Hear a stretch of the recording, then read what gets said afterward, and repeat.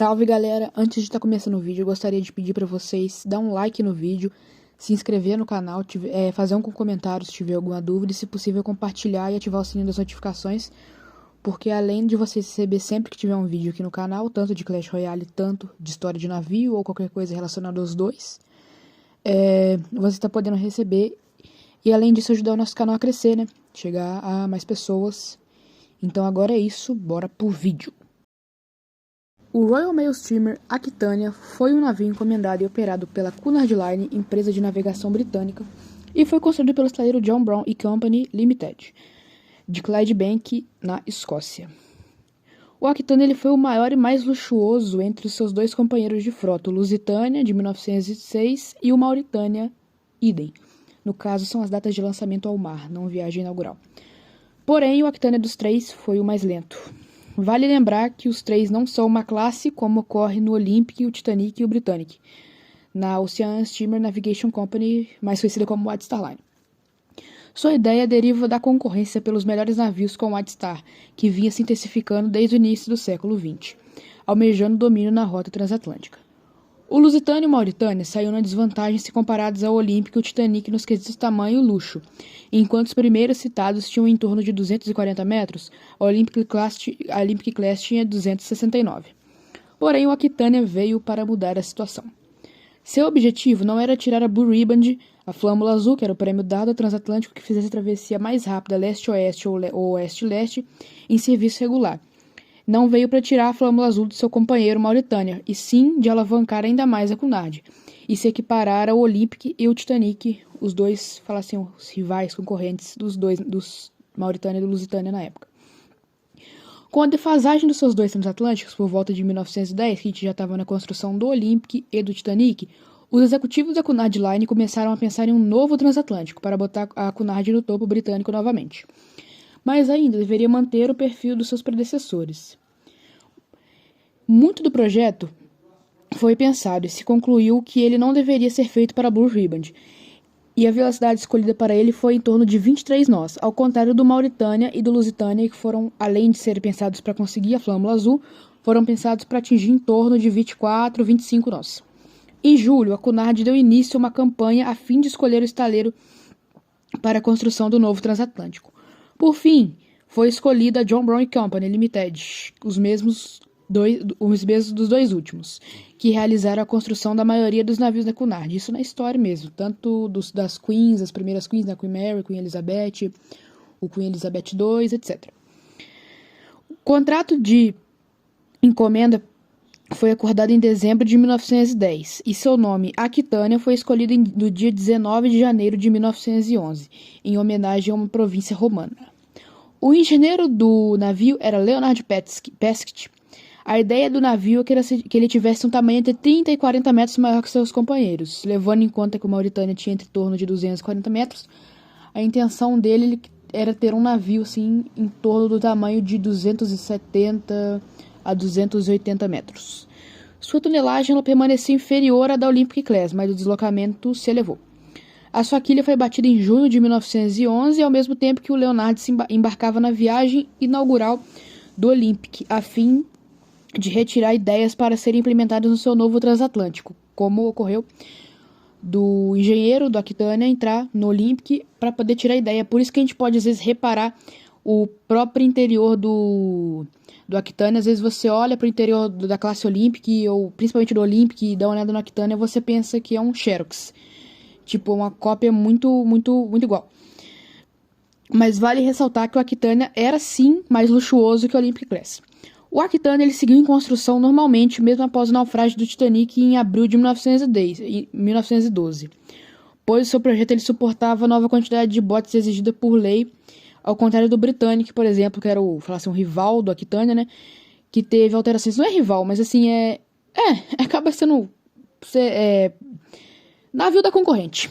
Concorrente, bom termo.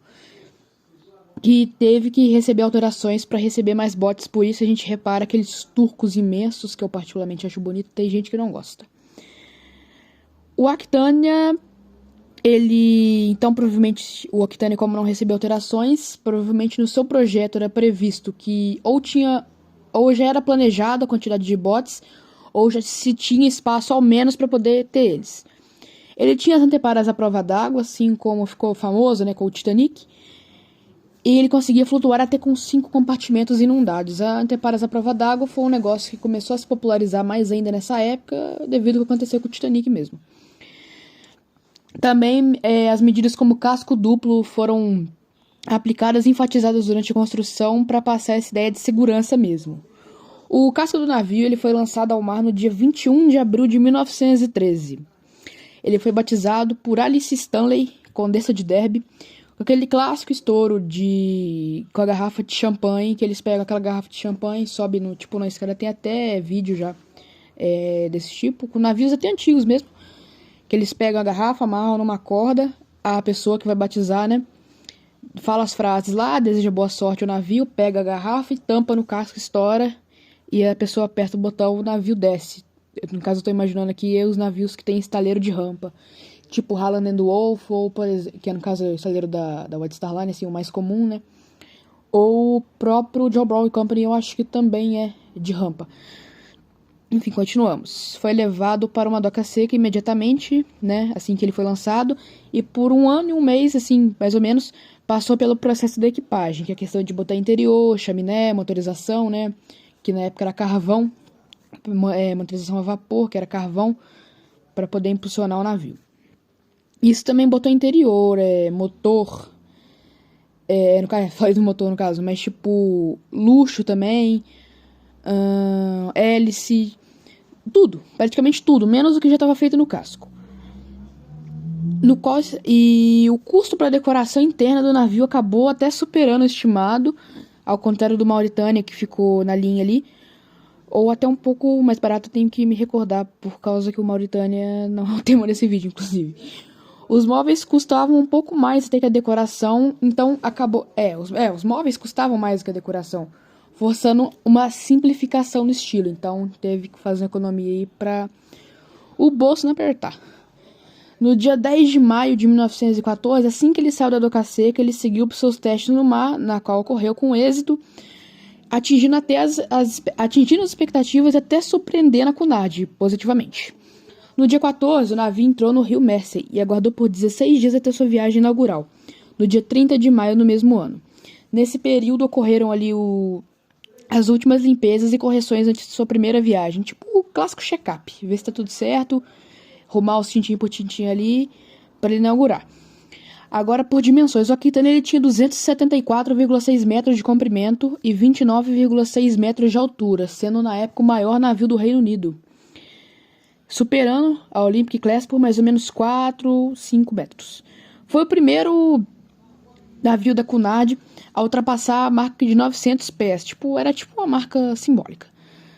A APAG, né, que é a Hamburg American Line, se eu não me falha a memória, assim, o significado da sigla, sabendo disso, dessa informação do tamanho dele, instalou uma águia na proa do Imperator, assim ele ia crescendo alguns metros, superando o Aquitânia. Isso eu acho um negócio um pouco estranho, porque eu particularmente não contaria Adorno como igual uma águia para se tornar ele maior, mas se contaram, eu não tô aqui para questionar. O Aquitânia ele mantinha algumas características do Mauritânia, mas assim, de forma modificada e ampliada. Vou até botar uma foto dos dois assim. Você vai olhar de primeira, vai falar assim, nossa, não tem nada a ver um com o outro, mas se você olhar bem, você vai encontrar umas semelhanças. Foi a 12ª embarcação com 4 chaminés e a última a operar nesse sentido. Assim, o Aquitânia foi o último transatlântico com 4 chaminés a estar operando no mundo. Não foi o primeiro a ser construído, sim o último a estar operando. E ao contrário dos navios do mesmo tipo, a 4ª chaminé dele, igual eles falam lá que a 4ª chaminé do Titanic é falsa. Gente, não é falsa, tá? Tem uma função, evacuar os gases da cozinha e da sala de fumaça, se eu não me engano. No caso do Aquitânia, não. Também tinha a mesma função das outras 3, que era evacuar os gases da caldeira.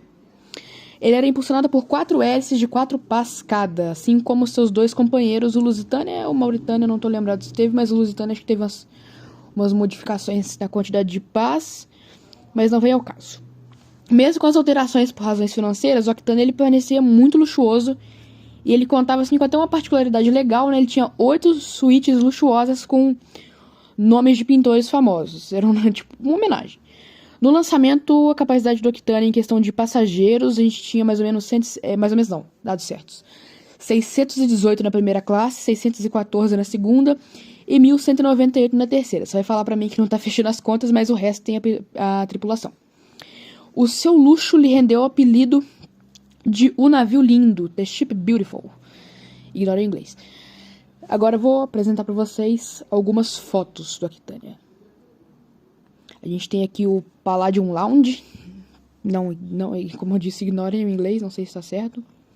Uma foto aqui. A gente tem o belíssimo restaurante da primeira classe.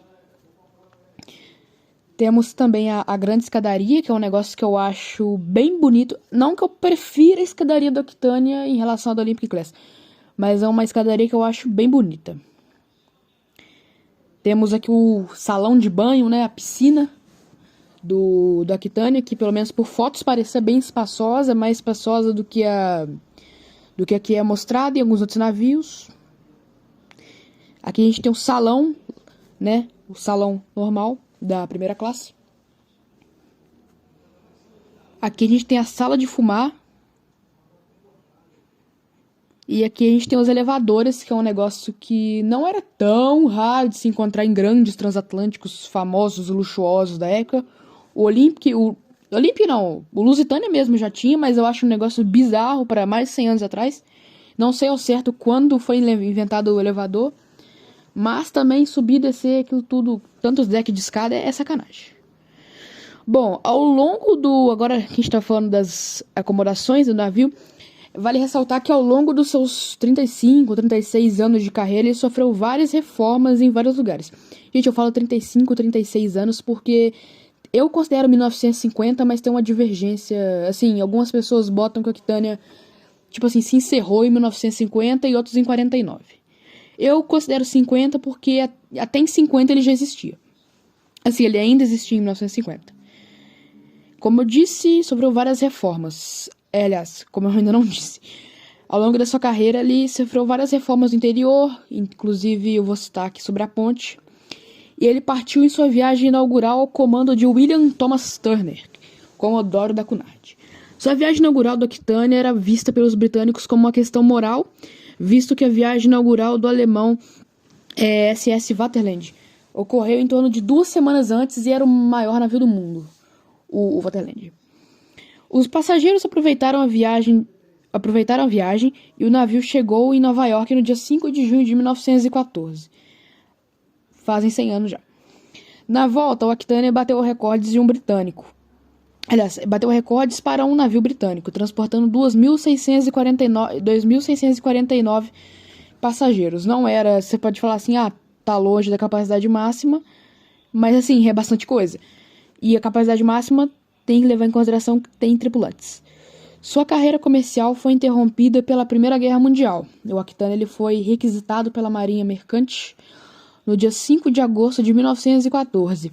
O objetivo deles era transformar o Aquitânia em um cruzador auxiliar para batalhas. Bom, uma coisa que eu não sei se... nunca fui comandante do Aquitânia para responder com exatidão, mas das primeiras viagens foi notada uma baixa visibilidade na ponte original, assim, de projeto do Aquitânia, ocorrendo assim até um pequeno incidente, uma manobra. A solução provisória foi instalar uma nova cabine de madeira acima da ponte original, que seria mudada várias vezes depois, com diferentes tamanhos, materiais e tempo também. Eu acho assim até um negócio estranho, porque é uma bizarrice aquela questão de ter tipo uma cabine em cima da ponte. Mas se era a única solução, fazer o quê, né? Assim, em todas as versões dessa mudança aí, a menos pior foi durante a Primeira Guerra, que era só uma cabininha de madeira ali em cima, e assim, era discreta e ia falar assim, até bonitinha, vai. Mas assim, se eles botaram, tinha alguma necessidade. Por conta da visibilidade, se até ocorreu até um incidente, por isso teria que resolver. Daí, algum tempo depois, a Marinha acabou notando que navio desse porte não era adequado para serviço de cruzador auxiliar, por ser muito grande. Daí, no dia 30 de setembro, o Aquitânia foi devolvido para Cunard. Daí, ele foi desarmado e sofreu alguns reparos. Porém, em 1915, ele foi requisitado novamente, já aí com um navio de transporte de tropas para a campanha de Dardanelos, no Império Otomano. A velocidade do Aquitânia ajudou ele fugir de um torpedo de U-Boat, que no caso o Lusitânia não foi tão afortunado assim, mas continuando, a campanha de Galípoli apresentou várias baixas na Tríplice Entente. O Aquitânia acabou sendo modificado para ser um navio hospital. Foi transformado para receber em torno de 4.200 enfermos e entrou serviço nesse ramo em setembro de 1915. O navio ele foi acompanhado pelo Britannic da White Star, o Mauritânia, o seu companheiro de frota, e o France da CGT, a Frontline. Após o naufrágio do Britannic, por culpa alemã ou não, né, porque tem essa suspeita, tem alguns, assim, o mais aceito é que foi uma mina, mas tem a suspeita também deles ter sido torpedeado por submarino alemão. Tem essa suspeita, mas o que é mais aceito é que foi mina.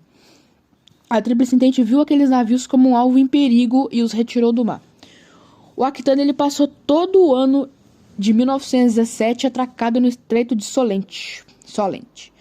Por volta de 25 mil feridos foram transportados nesse curto período. Assim, entre 16 e 17 é um ano, né? 25 mil pessoas é um número relativo. Com o fim da guerra, o Aquitânia foi devolvido à Cunard Line e passou por reformas a fim de retornar ao serviço de passageiros. Na reforma, ele teve algumas transformações, igual da ponte, que recebeu outra reforma, que já havia recebido outra reforma no meio da guerra, que veio depois daquela primeira provisória lá. E também uma da principal mudança, acredito eu, foi na propulsão. Não era propulsão, mas na motorização do navio, que ele continuou sendo a vapor, só que ele foi modificado para queimar petróleo, acho que até por questão econômica, etc. Sim, não foram só isso, foram várias mudanças. O Aquitânia ele voltou para serviço dia 17 de julho de 1920, partindo de Liverpool, que é o porto padrão dele. O porto de registro do Aquitânia era Liverpool. Vocês vão ver nas fotos. Estão vendo, né? Sua volta era muito aguardada, embarcando em torno de 2.433 passageiros. Com o tempo, a Aquitânia acabou se tornando o principal navio da Cunard, mas assim, ao passar do tempo, durante a década de 20, ficou notório que o mercado dos grandes transatlânticos estava decaindo, que obrigou a Cunard a tomar algumas decisões aqui para frente. Nesse meio tempo, os Estados Unidos eles colocaram algumas normas e limitações na política de imigração, diminuindo ainda mais o número de passageiros, né, que vinha gente que queria se mudar no navio, então diminuindo ainda mais. A terceira classe acabou se tornando a salvação da Aquitânia, então, assim, praticamente a classe turística, né, passou por reforma. Daí essa reforma dele ocorreu em 2026, né? 1926, caindo drasticamente sua capacidade para 2.200 passageiros, em torno de 1.000 a menos. Mas a questão que eu falei, da classe turística, o Aquitânia começou a se voltar para um serviço de cruzeiro. Apesar de tudo, o navio, assim, apesar dos males, né, o navio se beneficiou com a lei seca, né, na qual muitos estadunidenses embarcaram para poder consumir bebidas alcoólicas dentro do Aquitânia. O Aquitânia era um navio muito popular entre as pessoas, mesmo com o lançamento do Bremen e dos novos planos de transatlânticos maiores, mais luxuosos e mais modernos da Cunard. A crise de 1929, né, fez o número de passageiros diminuir drasticamente, né, por conta da questão financeira, diminuiu, daí agora plano para 32, com o objetivo de zelar pelo navio e pelos seus passageiros. O Aquitânia ele foi submetido a algumas reformas no fim de 1932. Essas reformas acrescentaram várias mudanças, como um novo teatro, assim, por causa como o navio estava se voltando para o turismo, assim, eram necessárias novas atrações dentro do navio, então um teatro cairia bem. A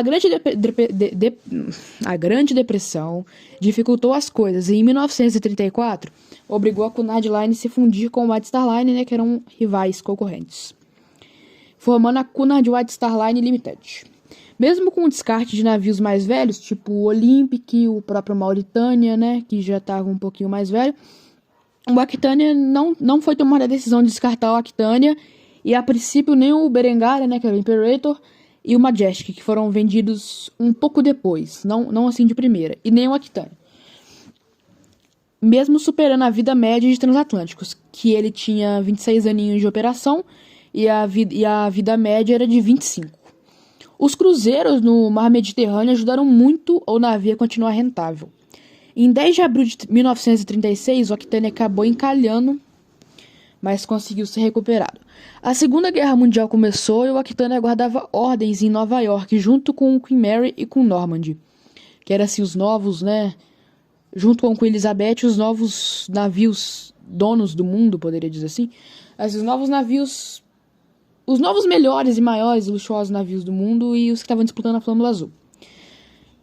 E no dia 10 de outubro, a Condado de White Star ela recebeu ordens para manter os seus navios no porto, no caso dessa ocasião aqui o Queen Mary e o Aquitânia, em caso de serem convocados. O Aquitânia ele foi oficialmente convocado para transporte de tropas em 18 de novembro, mais ou menos um mês e pouquinho depois. 1 mês e 8 dias.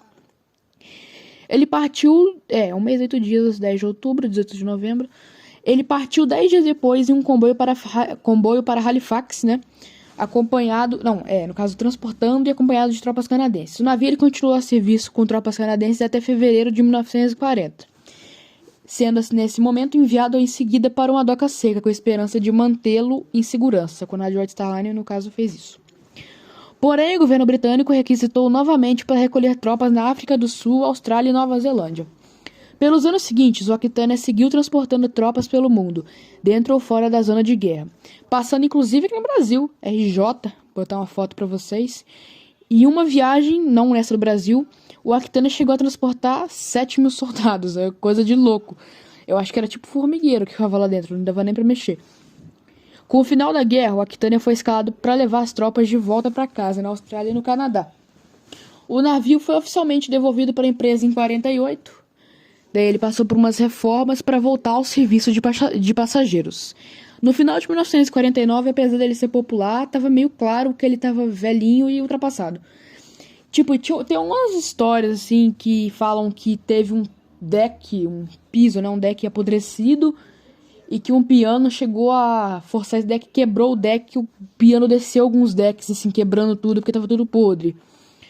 Mas assim, o fato ele não é confirmado por nenhuma fonte da época, então é provavelmente assim a suspeita que é um relato falso. Provavelmente para desapegar o público do navio e ficar mais fácil de mandar beleléu. O fato é, no caso, né, que ele estava em mau estado em dezembro, assim, não sei se aconteceu isso, mas que ele estava em bom estado ou não estava. Não é que eu não sei, que não se sabe mesmo. Em dezembro de 1949, ele concluiu para se manter em serviço, ele teria que ser submetido a uma reforma imensa e não compensava no ponto de vista financeiro para a Cunard. Então, acabou que ele foi vendido por 125 mil libras esterlinas para a British Iron and Steel Corporation, sendo levado para a base naval HMNB Clyde. Daí ele foi levado lá com a intenção dele ele foi vendido para sucata, com a intenção dele ser desmantelado. O trabalho, no tempo, ele foi interrompido por um incêndio em 1950, mas depois disso ele continuou normalmente. O Aquitânia ele teve uma longuíssima carreira, transportando mais de 1 milhão de pessoas, navegando por mais de 4,8 milhões de quilômetros.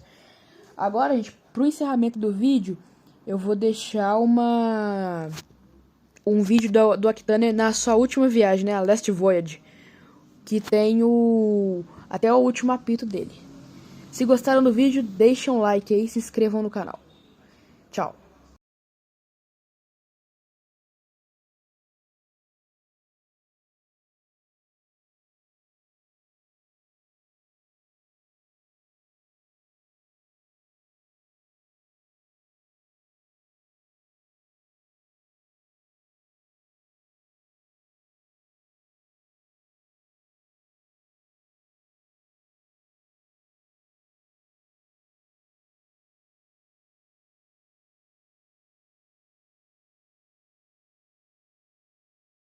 Service.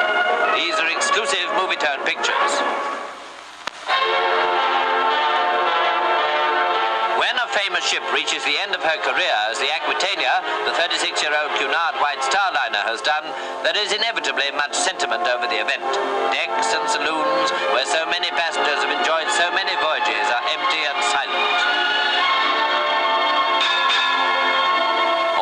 Remains is the final ceremony as the Aquitania is handed over by her owners to the shipbreakers, seen in another exclusive Movietone picture. A sorrowful moment this, as the house flags are hauled down for the last time, and Captain Woolard says goodbye to members of the crew, some of whom have served as long as 30 years in the old Equi. As mailboat, hospital ship, trooper, armed merchant cruiser and liner, she steamed over 3 million miles. Now she begins her last voyage to the Clyde to be broken up.